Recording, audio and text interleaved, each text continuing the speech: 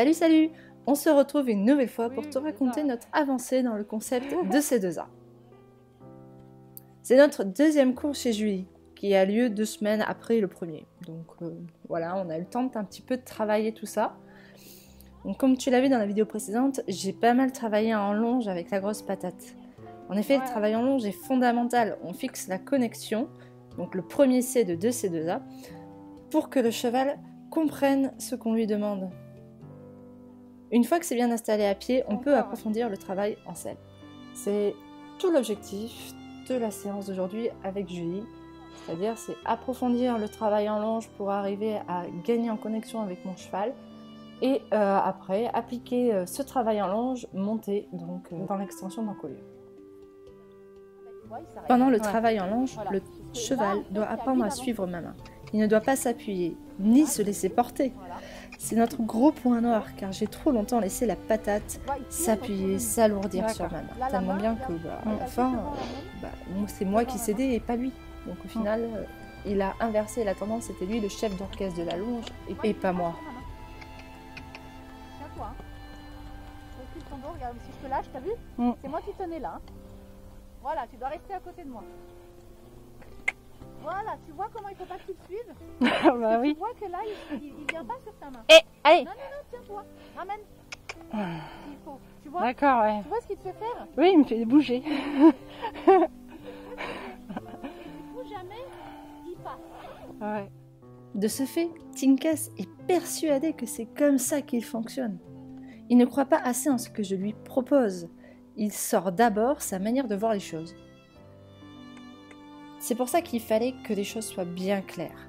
Plus c'est clair, plus lui il va être d'accord avec ce que je lui propose. Il va aussi y trouver du confort. Il va se dire « Ah ouais, non mais ok, je vais essayer ta façon de me demander là parce que c'est vrai que tu insistes, donc peut-être qu'il y a une raison. » Et puis « Ah ouais, c'est pas mal de marcher comme ça. » Et au final, le cheval il trouve du confort dans le mouvement, il se sent mieux et donc il valide ma proposition.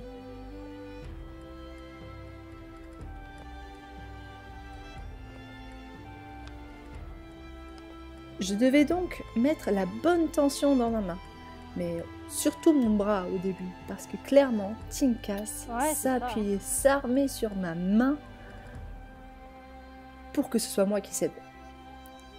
Et donc, en fait, il a fallu attendre que lui cède, que ce soit lui le moins têtu des deux, puis que je libère. C'était la récompense positive dans le mouvement. Dès qu'il sort du cercle, je reprends la longe, de façon plus courte, pour lui redemander de suivre ma main en poussant dans son dos. Progressivement, Tinkas comprend.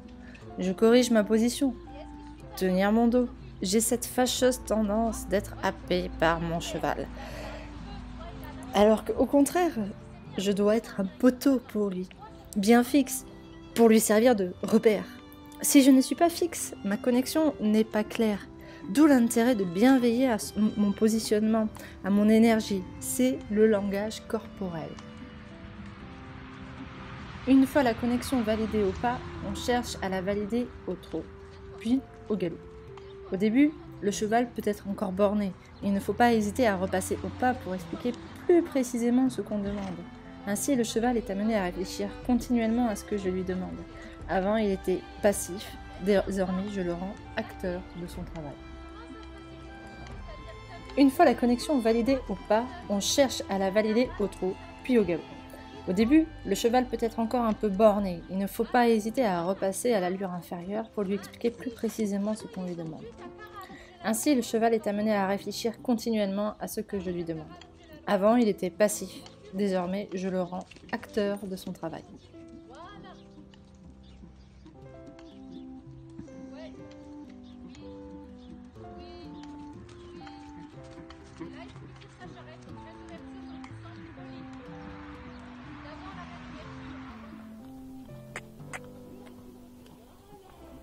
Ensuite, on passe au travail monté.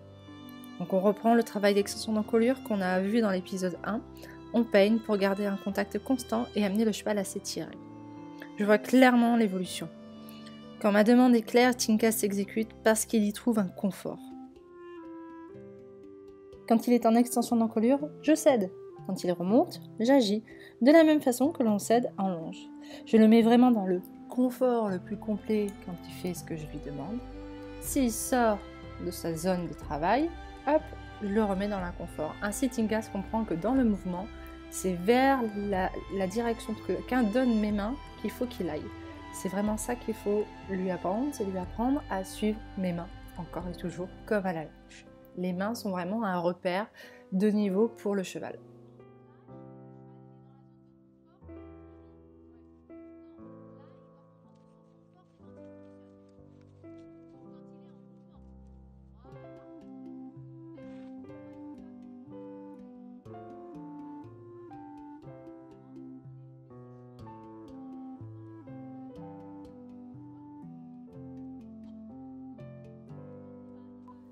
Alors oui, au début, ça dure peut-être que 3, voire 4 foulées, mais le cheval cherche à ce que je lâche. Mais je ne dois pas le lâcher pour qu'il ne fasse rien.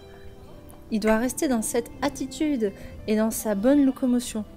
On l'amène à se prendre en charge. Ouais, je crois que je le tenais trop. Ouais.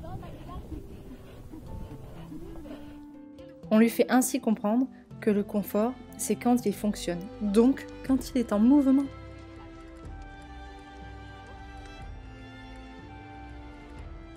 Progressivement, Tinkas ralentit sa cadence au trot pour mieux utiliser son arrière-main. Donc là, c'est vraiment là qu'on voit l'aboutissement de ce travail-là, c'est qu'il prend le temps de décomposer chaque mouvement dans son trot.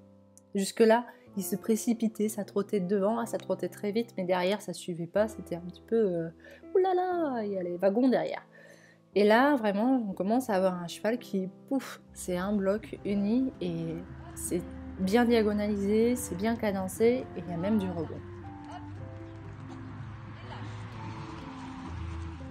À main gauche, c'est plus compliqué du fait de la dissymétrie de mon cheval, donc il a les épaules à droite. Du coup, quand on le met sur le cercle à main gauche, il a les hanches à gauche, les épaules à droite. Et du coup, pour lui, c'est plus compliqué de s'incurver, c'est plus compliqué, ça lui demande plus d'efforts.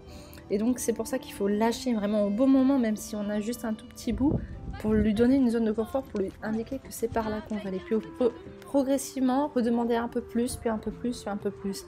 Et à force de petit par petit par petit, on arrive à avoir quelque chose de pas mal. En rétrécissant le cercle, j'amène mon cheval à placer son postérieur interne sous lui.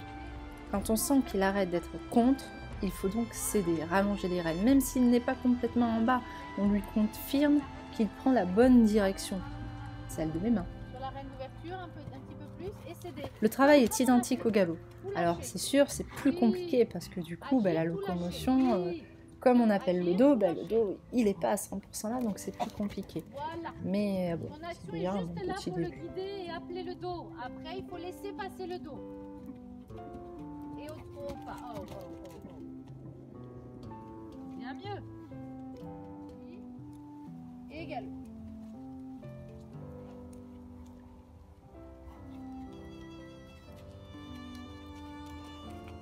Très bien. Tout ce travail prépare les objectifs suivants. J'apprends à mon cheval à s'étirer et monter le dos et ainsi me porter sans se creuser. Ce travail est indispensable pour ensuite travailler à niveau. Justement, quand on parle de travail à niveau, c'est la dernière étape de la séance de ce jour. Donc, le travail à niveau, on crée un point fixe au niveau du garrot pour amener le cheval à se poser sur la main. Au pas, on crée le point fixe. Une fois qu'on a le point fixe, on suit le balancier. On avance le point fixe, on recule le point fixe. Enfin, on fait un espèce d'accordéon continuel de façon à ce que le cheval puisse suivre. C'est toujours la même chose, suivre la main.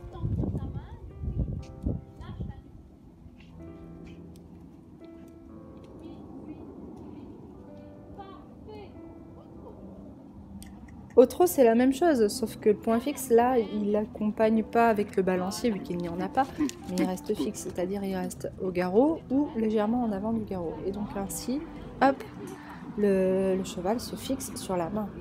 Il suit ma main. Dans tous les cas, il suit ma main et du coup, en se fixant, j'appelle le dos monte, le cheval se cadence. Alors mon gros défaut là-dessus, c'est que je ne suis pas fixe. Et ça c'est énorme. Je ne suis pas fixe, j'ai pas le dos droit, donc en fait je parasite complètement mon cheval. C'est un énorme élément à travailler. J'y suis encore dessus, c'est assez compliqué, mais je pense que c'est ça qui est de bon avec cette méthode, c'est que c'est pas non plus le cheval qu'on transforme, c'est aussi le cavalier parce qu'on l'amène à voir différemment les choses. Et là, moi, j'ai ouvert un nouvel angle parce que clairement, ce genre de choses, cette fixité dans la main, mais j'ai pas souvenir qu'on me l'ait vraiment enseigné de cette façon-là. Et alors là, ça transforme beaucoup de choses dans ma vision. Donc c'est à moi de travailler sur ma position pour transmettre le message le plus clair possible pour mon cheval. C'est sûr que si je lui dis tiens on va faire ça, machin bidule, donc voilà, j'ai un petit peu fait ça, voilà, c'est comme si un peu il y avait des coupures ou des choses, et donc du coup c'est vrai que le message n'est pas clair. Et là je l'ai vraiment réalisé. Reste derrière lui. Oui, attends. Et suis. Oui, et de nouveau. Attends. Redresse-toi. Oui, et suis. Puis la bouche. Voilà, sur 2-3 foulées. Cette séance était donc très riche. On a approfondi le travail en longe. Progressivement, j'amène mon cheval à suivre ma main. Ce n'est pas encore acquis à 100%, mais c'est un travail de longue haleine. Puis, le travail monté. Je commence à en voir les résultats. Mon cheval vient s'étirer, se cadencer, gagne en rebond. Bref, je découvre un nouveau Tinkas. Puis, la nouveauté de cette séance, c'est le travail à niveau. L'extension d'encolure étant un point de départ dans la méthode, on travaille à niveau ensuite, en créant un point fixe dans les mains, et ainsi donc les mains appellent le dos. C'est un gros travail pour la patate qui n'utilise pas assez son dos. Pour moi aussi, car mes défauts de position le parasitent tellement qu'en fait, il ne peut pas l'utiliser non plus à 100%. En somme, c'est toujours très riche quand j'entre de chez Julie. Chaque séance est intense, mais Tinkas et moi ressortons toujours un peu plus grandis. Voilà, c'est tout pour aujourd'hui. J'espère que cette vidéo t'a plu et que tu apprécies de suivre notre évolution. Enfin, clairement, moi je vois vraiment des progrès tous les jours. Et ça fait vraiment plaisir de se dire, je travaille mon cheval, j'ai des objectifs, je sais vers quoi je vais l'amener, je sais vers quoi je vais aller. Et c'est vraiment génial. Donc j'ai hâte de vous montrer la suite comme toujours. Et puis je vous dis à bientôt. Ciao, ciao!